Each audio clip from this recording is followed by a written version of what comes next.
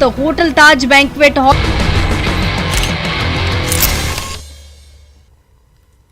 नमस्कार, आप देख रहे हैं कैमरा सब देखता है, आपके साथ मैं हूं शिप्रा झा। सरकारी स्कूल में पढ़ने वाले बच्चे अक्सर संसाधनों के अभाव की पीड़ा झेलते हैं और यही वजह है कि कई बार प्रतिभा होते हुए छात्र उसकी चमक बिखेर नहीं पाते। लेकिन गया के एक सरकारी स्कूल ने ऐसा वातावरण तैयार किया है कि वहां पढ़ने वाले 2 होनहार छात्रों ने कमाल कर दिया।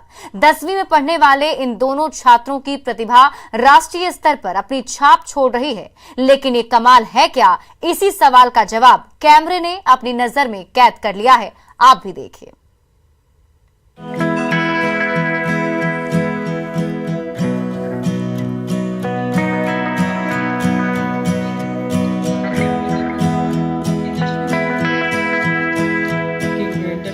अपने टीवी स्क्रीन पर जिस डिवाइस का प्रोटोटाइप आप देख रहे हैं, उसे राष्ट्रीय बाल वैज्ञानिक प्रदर्शनी में आमंत्रित किया गया है। ये प्रदर्शनी 22 नवंबर से 27 नवंबर तक गुवाहाटी में चलेगी। मैन लर्निंग मशीन नाम के इस प्रोजेक्ट को national council of educational research and training ने चयनित कर लिया है। नेशनल प्रदर्शनी में अगर ये प्रोटोटाइप सेलेक्ट हो गया तो ये प्रोजेक्ट जापान तक जाएगा। आप सोच रहे होंगे कि आखिर इस प्रोजेक्ट में ऐसा क्या है जिसकी चर्चा इन दिनों गया जिले को गर्व का क्षण दे रही है। तो चलिए आपको इस प्रोजेक्ट के बारे में बताते हैं, जिसे गया के सरकारी स्कूल में पढ़ने वाले 2 होनहार छात्रों ने तैयार किया है। स्कूल छात्रों को ज्ञान देते हैं, पर एक सच ये भी है कि छात्र स्कूल को पहचान देते हैं। 10वीं क्लास में पढ़ने वाले आदित्य और अनुराग ने भी गया के जिला स्कूल को एक नई पहचान दे दी है।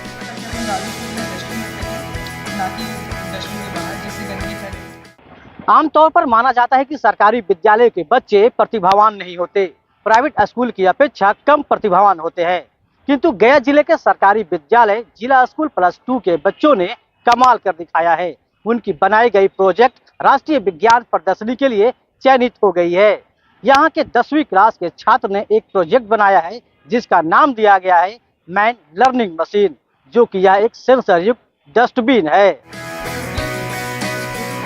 इन 2 प्रतिभाशाली छात्रों ने सेंसर से लैस एक ऐसा डस्टबिन बनाया है जो लोगों को डस्टबिन में कूड़ा फेंकने का अल्टीमेटम देगा। अक्सर लोग कूड़ादान होते हुए भी कूड़ा इधर उधर फेंक देते हैं। ऐसे में ये सेंसर युक्त डस्टबिन 5 से 10 मीटर का रेडियस कवर करते हुए लोगों को प्लीज यूज मी कहकर उनसे डस्टबिन में कूड़ा फेंकने की अपील करेगा। पर ऐसा नहीं कि सिर्फ अपील ही करेगा, गलती अगर बार बार दोहराई गई तो ये डिवाइस 3 बार चेतावनी देगी और चौथी बार उस शख्स को डिटेक्ट करते हुए उसकी फोटो खींचकर नगर पालिका को भेज देगी। एक्चुअली क्या है कि हमारा ये जो प्रोजेक्ट है ये क्या करता है कि इसमें 3 तरह के सेंसर्स लगे हुए हैं, जो कि एक कैमरा सेंसर है, एक साउंड सेंसर और एक जो इसके मैकेनिकल टूल्स को मतलब काम करने के लिए, फंक्शन के लिए इसकी मदद करता है। तो एक्चुअली ये इसका जो कैमरा सेंसर है सबसे पहले जो है उस पर्सन को डिटेक्ट करता है, जो कि इसके रेंज तक में लगभग इसका रेंज अभी 5 से 10 मीटर तक का है। और उस रेंज में कोई भी पर्सन अगर कचड़े को जो है डस्टबिन के बाहर फेंक देता है, तब ये अपने कैमरा सेंसर की मदद से जो है उस पर्सन को डिटेक्ट कर लेता है कि कौन वो व्यक्ति है जो कि कचड़े को डस्टबिन के बाहर फेंक रहा है। अगर इसका चयन हो गया तो हो सके तो ये जापान में भी काम यूज हो सकते हैं, क्योंकि इसमें जो अभी मेरे मित्र ने बताया इसके लिए लाभदायक है China.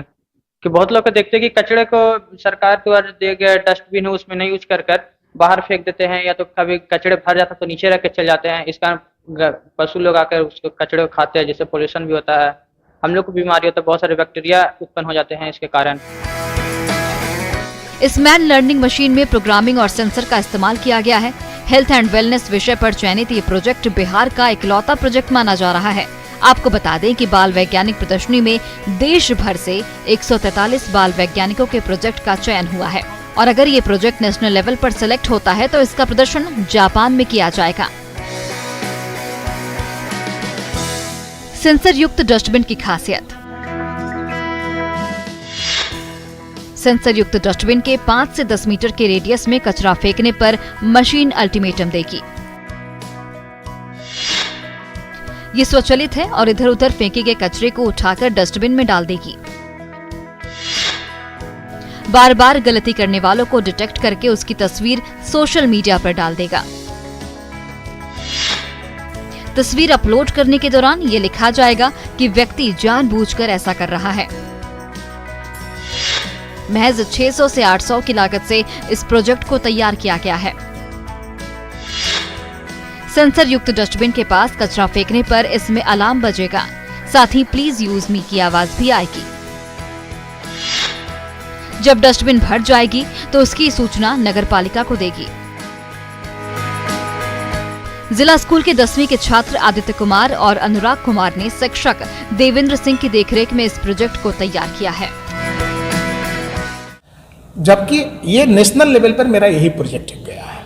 National level man learning machine गया है प्रोजेक्ट, और हमारे यहाँ के बच्चे इतने प्रतिभावान हैं कि इस प्रोजेक्ट में जो प्रोग्रामिंग और सेंसर इस्तेमाल किए हैं, ये एक सरकारी विद्यालय के लिए जो है मिसाल खड़ा हुआ है कि आखिर ये बच्चे प्रोग्रामिंग कर कैसे रहे हैं। इसका मतलब हुआ कि सरकारी विद्यालय के बच्चों में भी काफ़ी प्रतिभा है, और ये अगर नेशनल में सेलेक्ट होती है तो वहाँ भी है, जापान तक ये प्रोजेक्ट जाएगी।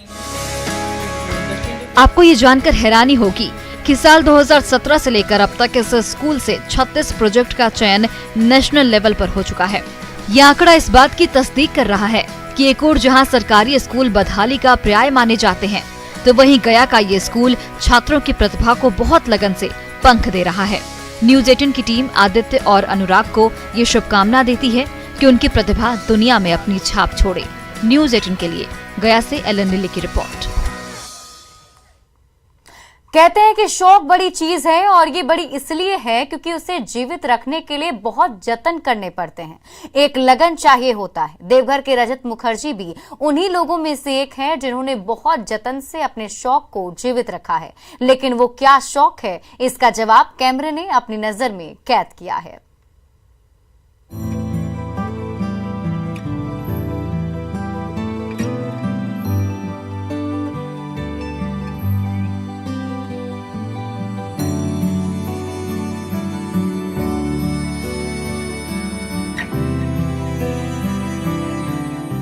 नटराज की धरती देवघर के रहने वाले रजत मुखर्जी जब 7 साल के थे, तभी उनके मन में डाक टिकट को कलेक्ट करने की इच्छा घर कर गई। तब से चला वो सिलसिला आज भी बदस्तूर जारी है।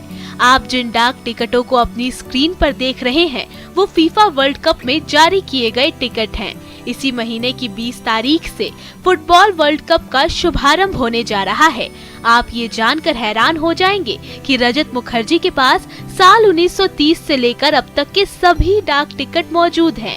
फीफा वर्ल्ड कप की शुरुआत 1930 से ही की गई थी, और हर वर्ल्ड कप में एक खास डाक टिकट जारी किया जाता है। डाक टिकटों का ये खास संग्रह इतिहास का आईना है। इसमें झांककर आप उस दौर को महसूस कर सकते हैं।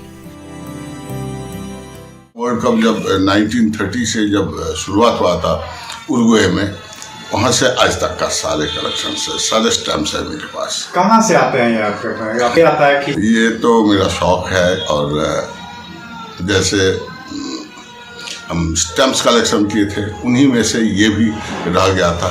हर सब्जेक्ट पर मेरा स्टैम्प है, प्रत्येक सब्जेक्ट में मेरा स्टैम्प है, जिसके कारण कहीं भी हम जाते हैं या एग्जिबिट करते हैं तो उसी प्रकार से हम लगा देते हैं।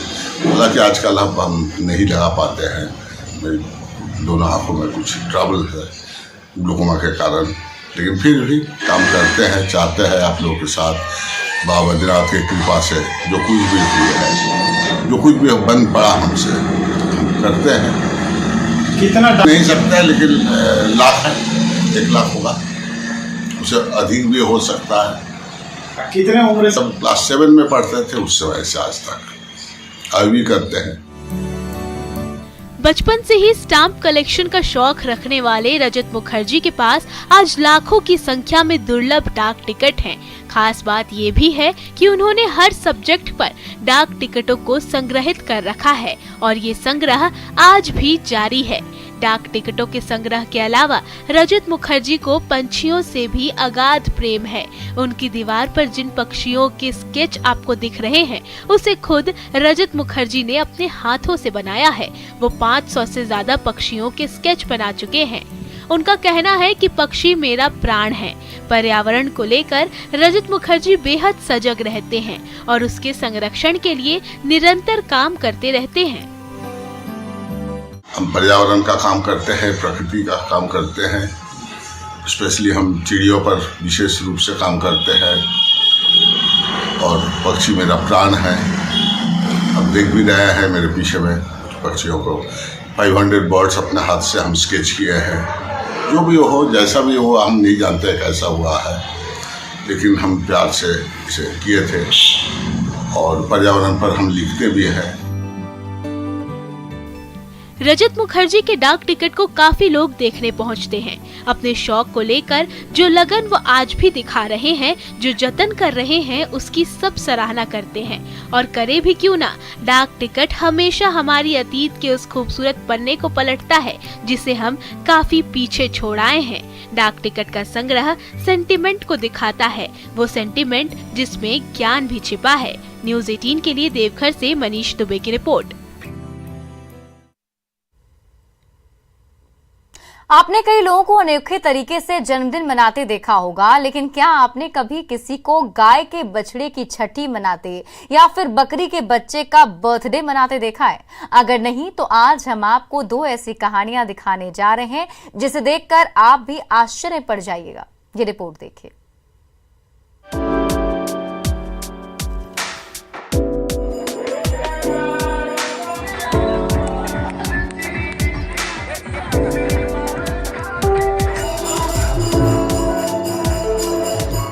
गाय की 2 खूबसूरत बछड़ों की ये अनोखी तस्वीर बिहार के बेतिया से सामने आई है, जहां इंडो नेपाल बॉर्डर पर स्थित महेश्वरा गांव के राम जानकी मंदिर में बड़े धूमधाम से इनकी छठी मनाई गई।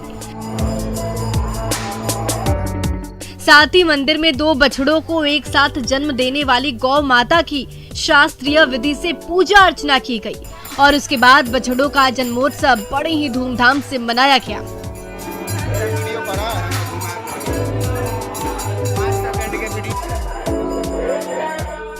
इतना ही नहीं, घोषणा देने वाले बेजुबानों के सम्मान में सामाजिक भोज का भी आयोजन किया गया।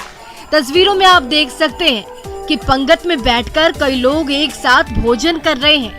साथ ही साथ ढोलक और झाल के साथ भजन कीर्तन भी चल रहा है।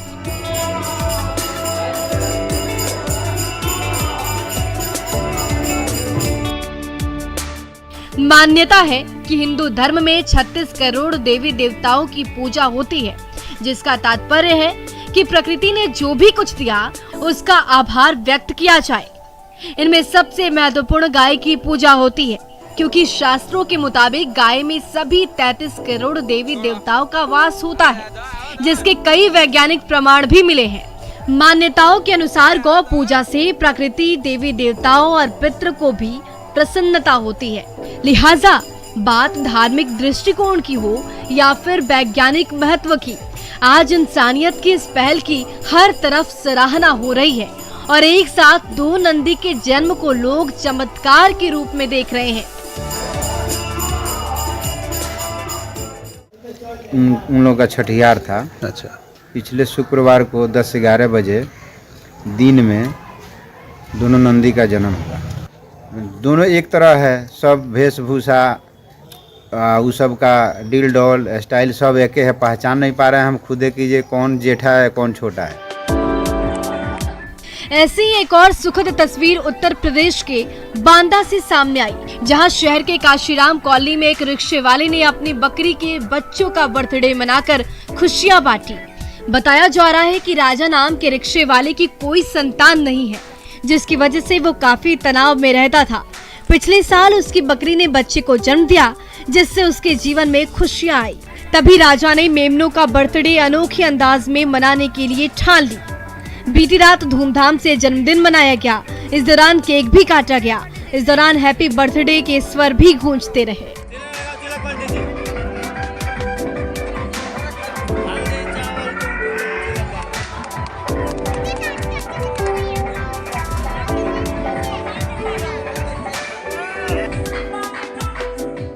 केक काटने के बाद पूरे मोहल्ले वालों को जन्मदिन की पार्टी दी गई। मोहल्ले वालों ने पहले दावत खाया और फिर डीजे पर जमकर डांस किया। बताया जा रहा है कि राजा बकरी का पालन पोषण बड़े ही अच्छे तरीके से करता है। बकरी के दोनों बच्चों चुन्नू और मुन्नू को अपने संतान की तरह लाड प्यार करता है, उसे अपने बच्चों की तरह पालता है। इतना ही नहीं, खाली समय में राजा चुन्नू और मुन्नू को अपने ई रिक्शा में घुमाने भी ले जाता है।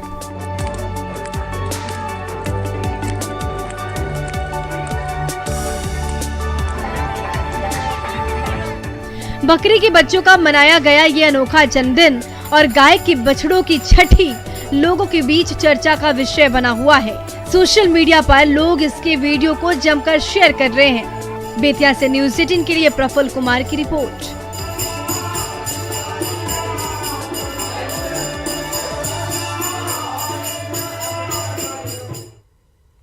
बिहार में शराबबंदी की पोल खोलती एक तस्वीर बेगूसराय जिले से सामने आई है, जहां एक युवक ने शराब के नशे में जमकर हंगामा किया और उसने लात घूंसों से उल्टे पुलिस वालों की ही पिटाई कर दी। इस घटना का लाइव वीडियो सामने आया है, जिसे देखकर आप भी हैरान रह जाएंगे। ये रिपोर्ट देखिए।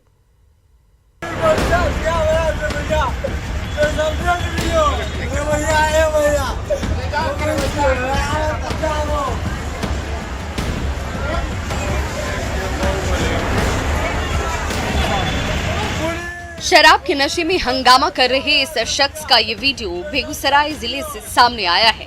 तस्वीरों में दिख रहा है कि पुलिस की जीप में पीछे बैठा ये शख्स कभी लात से तो कभी घूंसों से सिपाही को मार रहा है। गाड़ी में पीछे की सीट पर दो पुलिस वाले बैठे हुए हैं, जो एक शराबी को संभालने में भी सक्षम नजर नहीं आ रहे, क्योंकि शराबी ही उनके ऊपर भारी पड़ रहा है।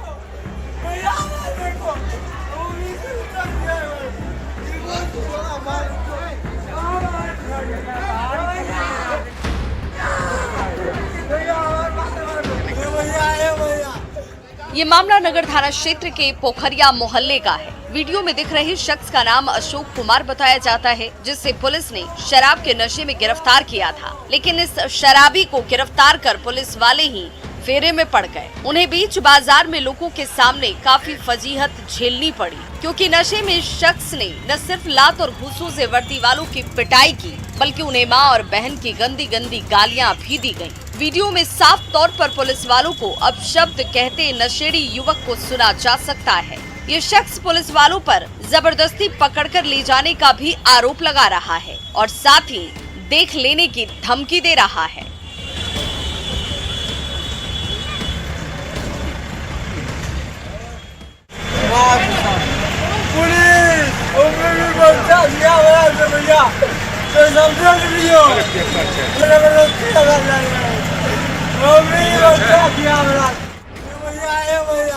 शराब के नशे में रोते बिलखते इस शख्स के शरीर पर कई जगह गहरे चोट के भी निशान नजर आ रहे हैं। इसके सिर से खून भी निकल रहा है, जिसे पुलिस वाले इलाज के लिए अस्पताल लेकर आए हैं। इस युवक पर दारू का नशा इस कदर चढ़ा कि ये ठीक से खड़ा भी नहीं हो पा रहा। पुलिस वाले भी इसे संभालते संभालते थके हुए नजर आ रहे हैं। तभी तो ये कभी युवक को जबरदस्ती उठाने की कोशिश कर रहे हैं, तो कभी जमीन पर घसीटते हुए ही डॉक्टर के कैबिन में ले जाते दिख रहे हैं। हालांकि तस्वीरों से ये स्पष्ट नहीं हो पा रहा कि युवक घायल आखिर कैसे हुआ। उसे किसी ने मारा है या शराब पीकर गिरने की वजह से ये शख्स जख्मी हुआ है।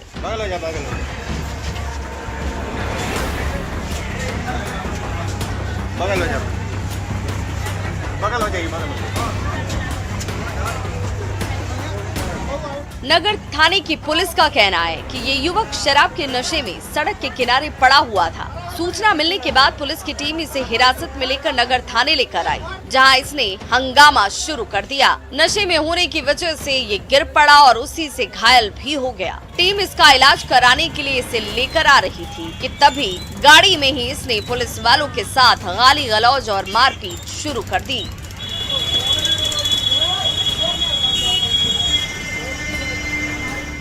थाना से ना लिए हमें ओकर बाद की कैल को लाए तो मुका चलेल के ककरा मारलक गाली गलौज खूब कैल के ककरा मारलक अब केकरा मारलक किसी ने हमरा खूब। बहरहाल पुलिस ने इस शराबी के खिलाफ मामला तो दर्ज कर कार्रवाई शुरू कर दिया है, लेकिन बेगूसराय से लगातार शराब पीने और बेचने की खबरें सामने आ रही हैं, जिसे लेकर शराबबंदी कानून पर कई सवाल खड़े हो रहे हैं। बेगूसराय से न्यूज़ 18 के लिए संतोष कुमार की रिपोर्ट।